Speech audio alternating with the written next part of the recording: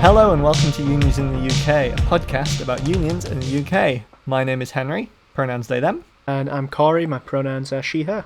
And this is part 2 bonus Electric Boogaloo, the quickening of our previous episode that we talked about cultural hegemony and how that relates to the unions in the UK. This episode, we're going to be talking about how to respond to this. What do we do? Yeah. I mean, we're going to start off talking a little bit more about, like, broader struggles and, like, how trade unions being subject to the hegemony that there is now sort of fucks up solidarity and ruins some of that. So we're going to talk about that first because I think it's important to think about how it's not just like union issues that this is going to mess up, that unions being tied into as like large leftist organizations being tied into something that isn't necessarily good for intersectional organizing, how that's a problem. Like, so yeah, I think you wanted to talk about a very cool, actually incredibly cool bit of direct action that happened, and the response to it, right? Yeah. So I think I want to talk about this because it sort of contrasts a acceptable progressive movement to, like, acceptable to the state with actual action on the ground that got results. And how incredibly cool results in all regards. Yeah, and how the lack of like a strong like counterculture at the very least of like leftist public comms, I guess, meant that this event probably didn't go as far as it could have. And probably didn't become as cool and good as it could have been, even as cool and good as it was. Like a couple of years ago, like, I mean, yeah, bloody hell, a couple of years ago. It was like, yeah. every time I try and talk about something, I was just like, oh, it was the start. It was towards the like beginning of the pandemic. That was like a few months ago, right? Yeah. No, that was more than 2 years ago now. Yeah. I was still working in a call center when this went down. Wacky. Yeah, I'm a whole different person thanks to the magic of estrogen now. We are talking about the really cool toppling of the Edward Colston statue. Getting that put in the bin. Is it that, or is it the BLM movement? Well, we're talking about the Edward Colston statue and like contrasting that moment of direct action with the broader Black Lives Matter movement, because cool. I think the like trade unions responded to those things differently, and I think that's incredibly so. Yeah, that's interesting to me because like I think the like it demonstrates what I mean when I say there are things that are acceptable in the culture, sure. And this is really demonstrative of that, because toppling the Edward Colston statue was a natural outgrowth of the Black Lives Matter movement in the UK. I was gonna say those two are so like built in together. Like surely, like if you accept that the framing of the Black Lives Matter movement was that Black Lives Matter, Edward Colston was a slave trader, surely the outcome of the BLM movement should have been like these two things are joint, the removal of that statue. Yeah, and like the thing is, the Edward Colston statue was it wasn't just a random act of anti-colonial violence, which, I think would still probably have been justified. Yeah, very cool. Yeah, but it wasn't just that. This was the culmination of a years-long campaign to get that statue removed by anti-racist activists in the area. Like, they'd been asking for this statue to be gone for years. There was, I believe, one member of the council who was able to consistently block it. Like, consistently block anything meaningful happening. That's how democracy works. Yeah, and like that's the thing. It's like the system had failed these people. Like, people had been failed. They weren't even asking for anything particularly egregious. They just wanted there to not be a statue of a guy who made all of his money selling people as objects. They just didn't think that it was appropriate in the year of 2020 at the time. They just didn't think that would... I completely forgot what year it was. They just didn't think it was, appropriate anymore. And that's, I think, more than fucking reasonable. Yeah, that makes sense. That makes complete sense. Yeah. And the system had not allowed it, so they had to go outside of the system. And do their own system. Yeah. Do their action directly. Like, Whoa. That's a thing, right? Wow. You can do that? Yeah. So, like, the broader Black Lives Matter movement was sort of embraced by the UK establishment as okay. Yeah. As something that was acceptable to them. Well, it's an inoffensive message, isn't it? I mean, like, in the grand scheme of things, like saying black people's lives matter, it's one that most normal and good people will respond with, yeah, no shit.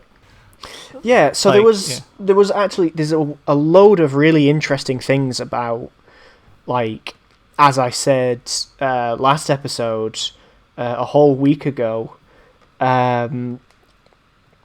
basically when a group of people think that they can push against a dominant standard, and we saw that in the England football team taking the knee in support of Black Lives Matter, of the broader Black Lives Matter movement. And there were a bunch of people who didn't think that was okay because they didn't feel they were showing appropriate deference to the state. But the footballers had all the power there, and they had the support of the people who thought that the Black Lives Matter movement was acceptable and just, and... Which was a lot of people. And, yeah, they had the cultural hegemony on their side, so they could push against the state saying that actually it wasn't okay. In this case, epitomised by Priti Patel saying it wasn't appropriate that they be kneeling. Priti Patel, who at the time was Home Secretary of the UK, and an archdemon of the Great British Empire. When you become Home Secretary, they imbue you with the spirit of every other Home Secretary, and throw some other wankers in there for good measure. But yeah, because the hegemony was on their side when they were doing this, they were able to make this symbolic gesture, even though there were people who were upset with it and people who viewed it in the same way others may currently view not wearing a poppy, not cancelling stuff because of the Queen's funeral. Rest in peace, our Madge. They had the power in that situation, and that's really, really interesting that the Black Lives Matter movement was powerful enough to undo that aspect of like the state enforcing deference to itself. But that only went so far, because that's when we come to like the Edward Colston statue, where, as I say, it was a natural outgrowth of that movement. It was a moment of frustration with a racist system that had denied people the opportunity to work within it to reform it. So they took matters into their own hands. And trade union... that fucker into the ocean. Yeah, they threw him into the bay. The trade unions had been like supportive of Black Lives Matter and things like that. I don't believe that there were unions that came out and said, yeah, throwing Coulson into the sea was good.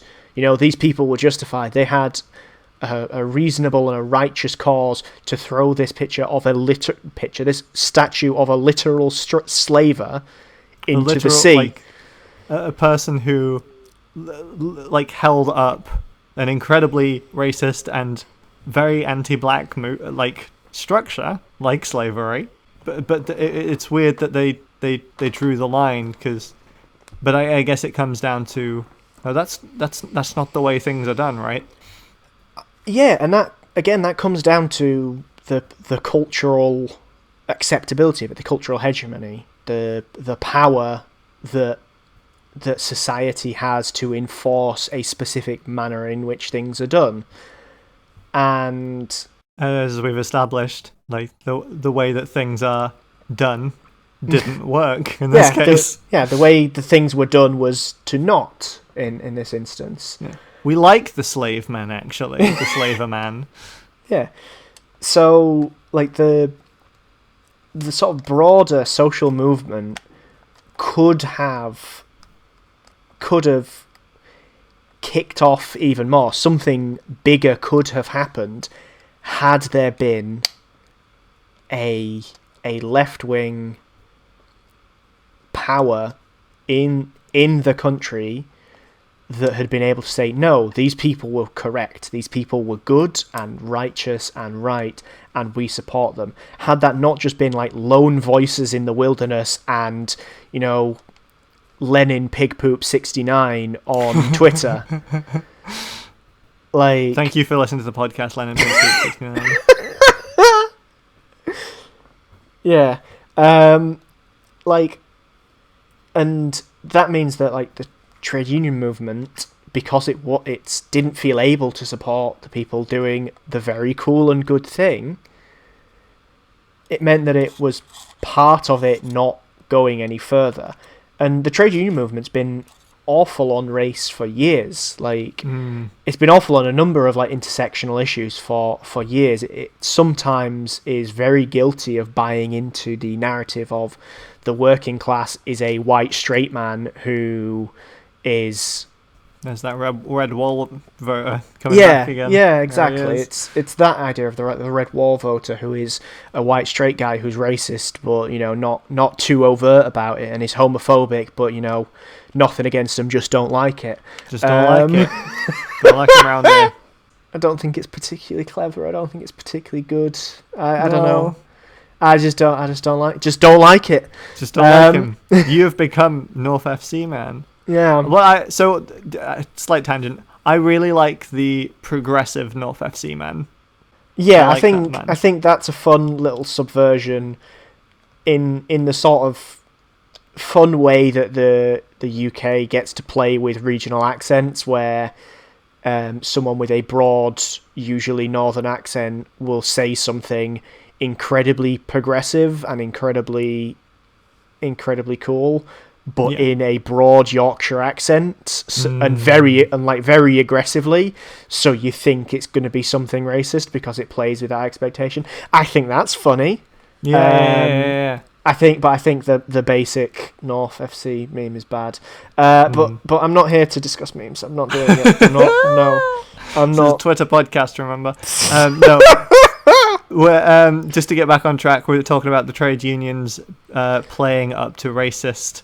The idea of this racist stereotype of a worker, stereotype of a worker who is racist and white and it's also it's a racist stereotype of a worker. Oh yeah, because it assumes that they're not black. Yeah, the working classes. The working class is overwhelmingly not white and not male in this country. Disproportionately so. Yeah, exactly. Yeah, but I think you can look back. There's a really famous strike in the 70s called the Grunwick dispute, which was sort of a point where this really came to the fore in trade union activism, and how failure to take into account these broader social movements and just to do class reductionism based on your warped idea of what working class is Shout out to How Morning it- Star. how it Sorry. how it fucks up solidarity, and the Growing Dispute was a bunch of South Asian women textile workers. I believe it was textiles, but in like one day they walked out and went on strike, and through their actions they garnered a huge amount of grassroots support, because again, the working class is not actually like it's portrayed. It's not actually stupid and racist and overwhelmingly white male and bigoted. Like it's not that. No matter how many times they say it, it is just simply not. And like in the Grunwick Dispute, you see people coming together, coalescing around this movement of South Asian women who are doing really good things. They're doing a really important strike for their rights. But then you see like the upper union brass decide that it's not a winnable strike and basically not support them, at the very least, in part, because they were women and they weren't white. And like it got to the point, like some of these women were doing a hunger strike, not outside of the place they were protesting against, like as workers, outside the trade union congress. They did a hunger strike on the TUC because of their refusal to support the strike.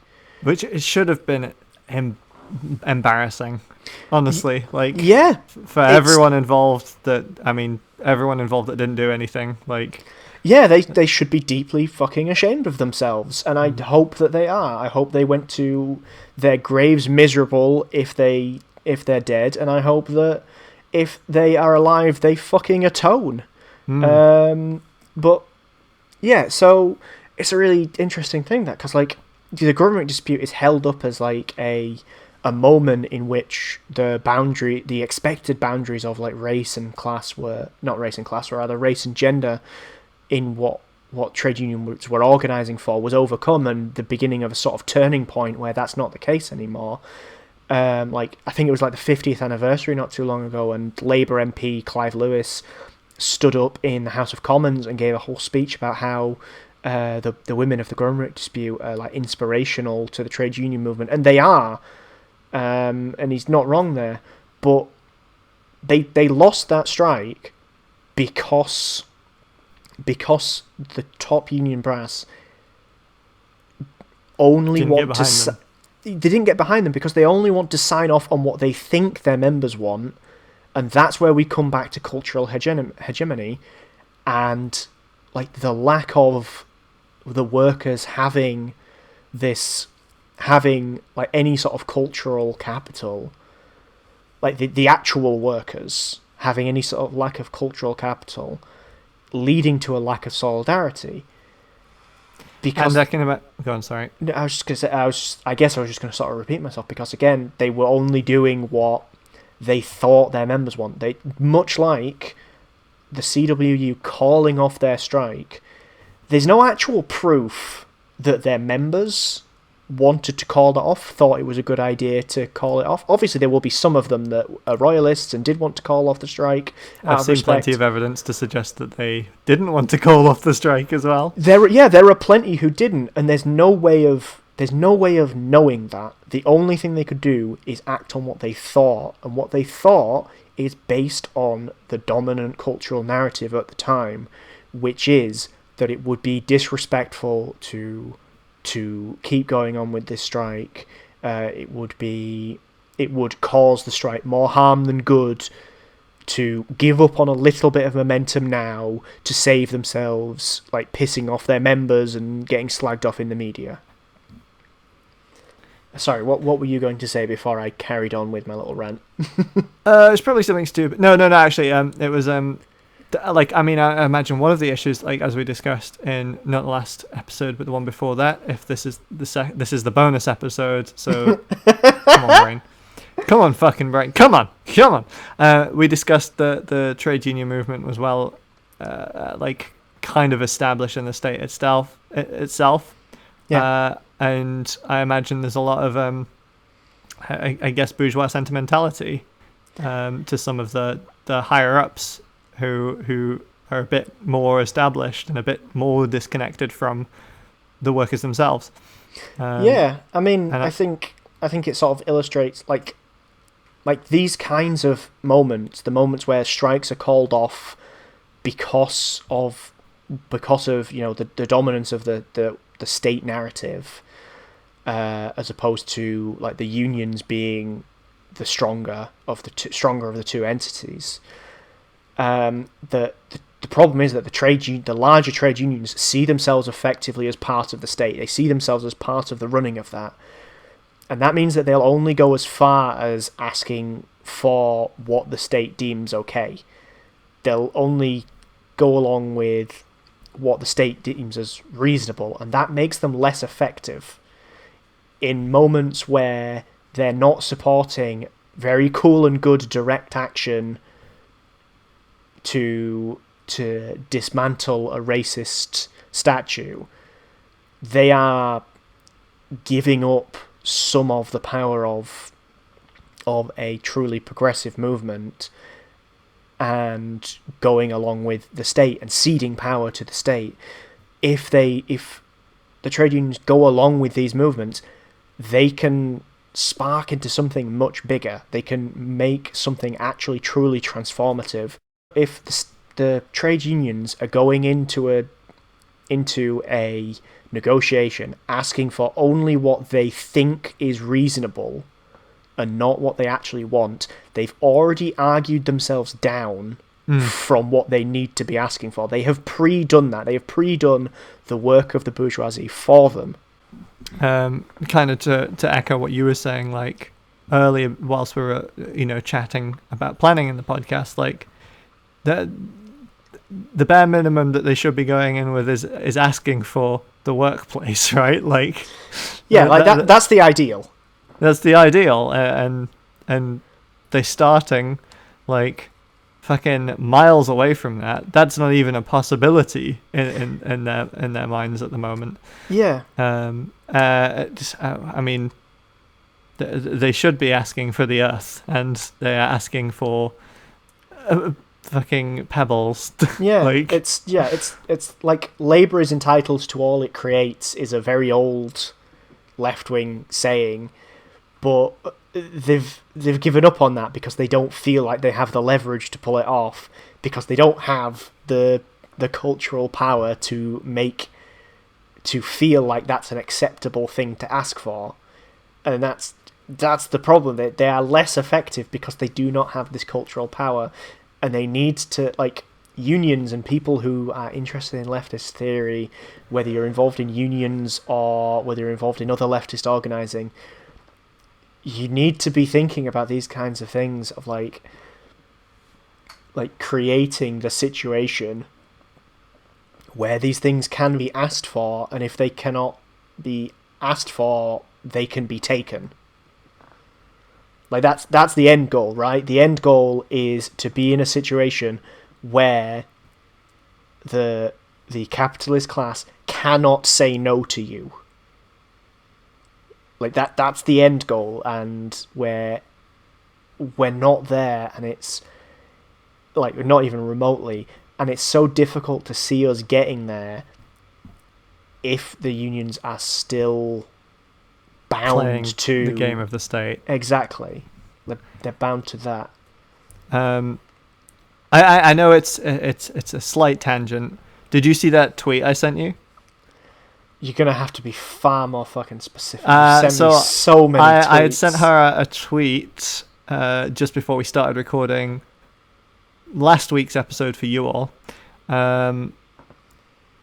In Beirut.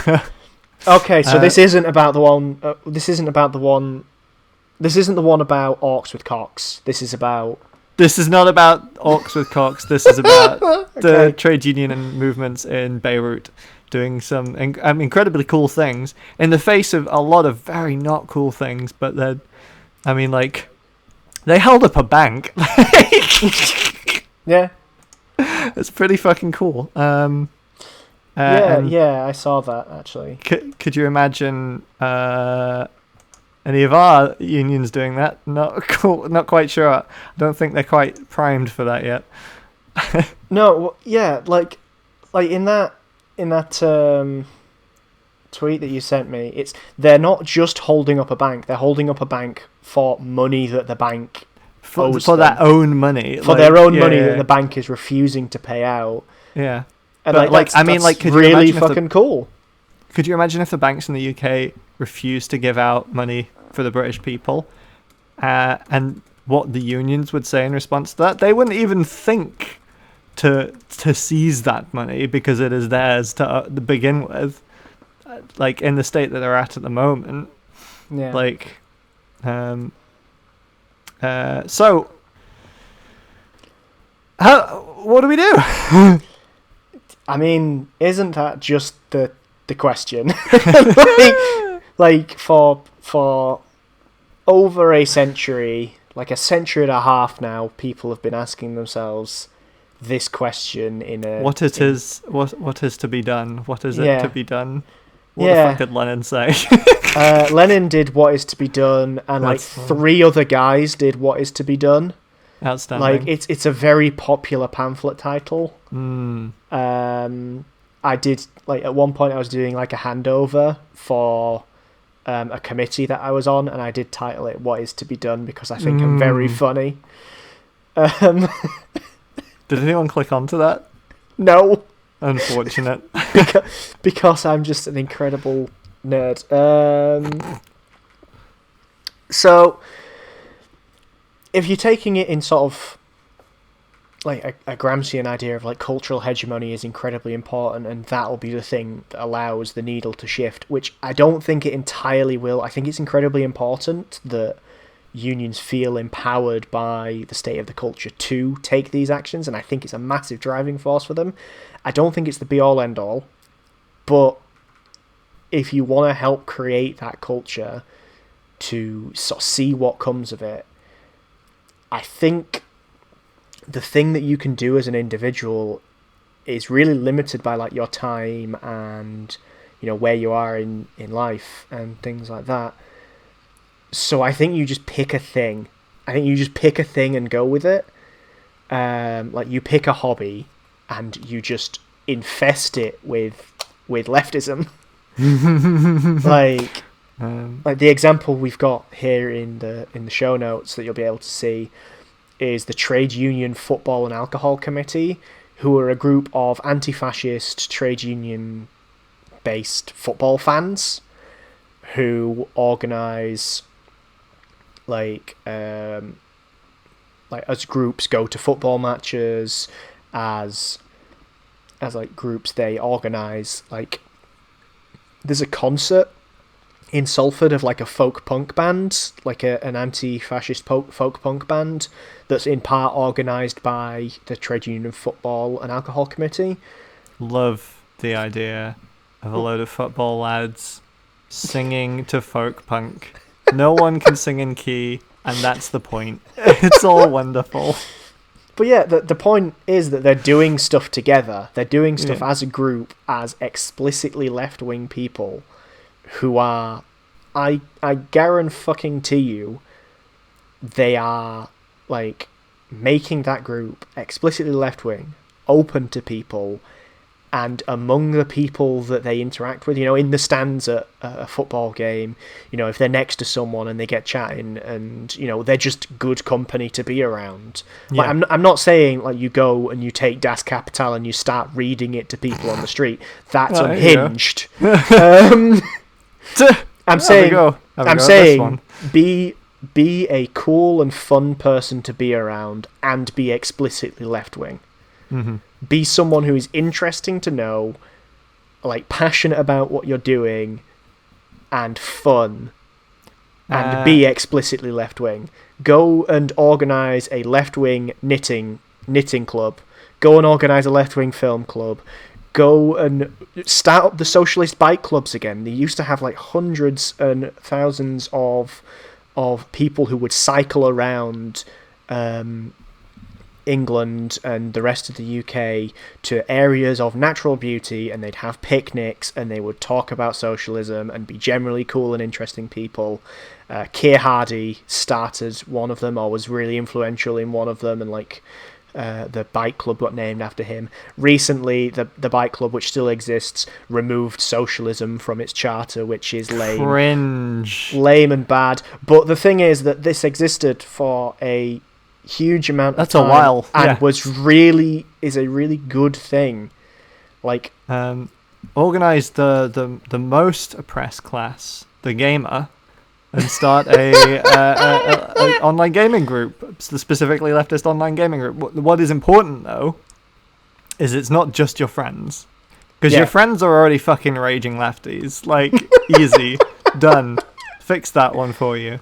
But you've got to include the community. It has to be open and public for other working class people who might not be as clued in or even agree with necessarily at the moment leftist stuff, but it's the point of the group.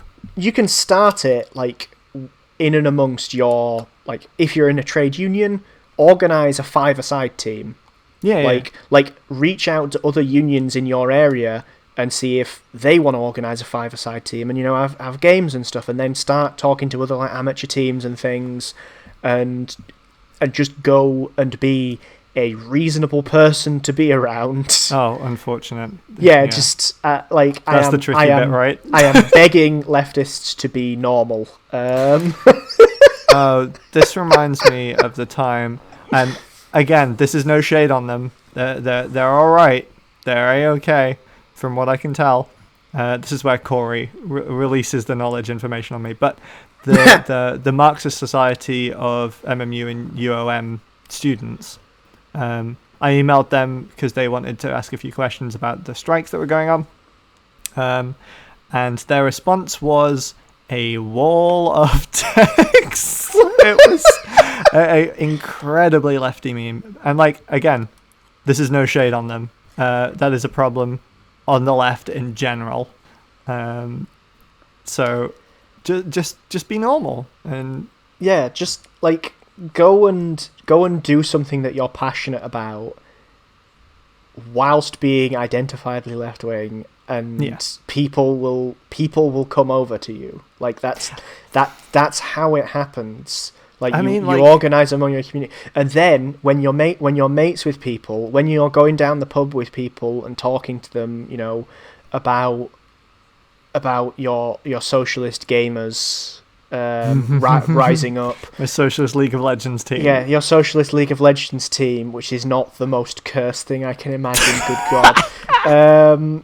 Like when they're talking, you'll find out stuff about people and how you can support each other. Like if your friends who you've met through this thing need help, that's where you start organizing like mutual aid with one another. Like that's when you start, like if you don't need help, that's when you start like looking out to the community. Like I know there's again my go-to example is football clubs, because I know is a... Go on. I was just going to say, football clubs are how it's been done, largely. Like, yeah, it's an easy win for England. There's like a concerted effort among left-wing people interested in football to do these kinds of things, which is how I can draw on so many examples. But like I know that they organise like fan-supporting food banks and stuff. Like if there aren't problems in the little group that you've created, phenomenal, wonderful, great. I'm so glad for all of you. But then you can start looking out. You can start doing, well, how do we help people? How do we I'm down for going and doing a can drive outside the stadium, before a match day. I'm down for driving a delivery to a food bank. I'm down for this, that, or the other. Or even as like, how are your neighbours doing? Like, are they doing all right? And chances are, in the coming months, they won't be. So what can you do about that? How can you help them? How can you organise your football group in order to help those people?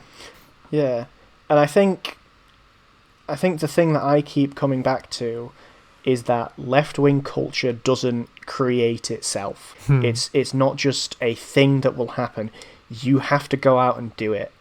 You have to go out and reach out to people.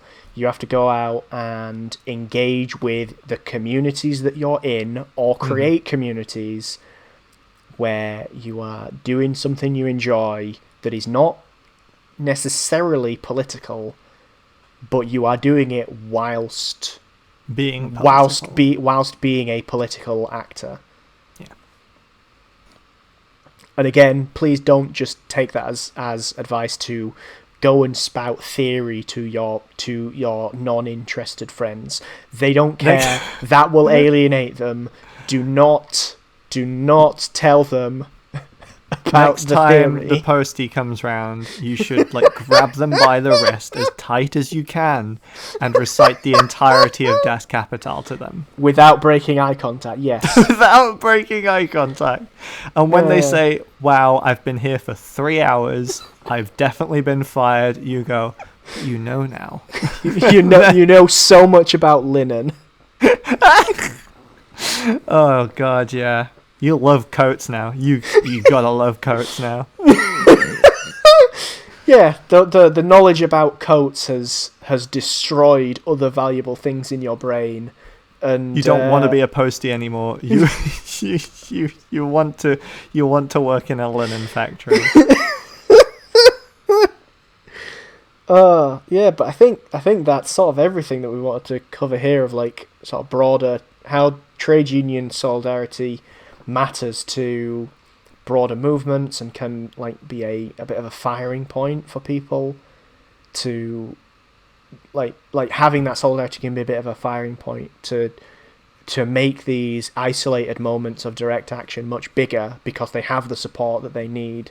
And we've talked about how lack of solidarity has caused problems for the trade union movement. We've talked about what you should do to go out and create a little patch of hegemony all of your own.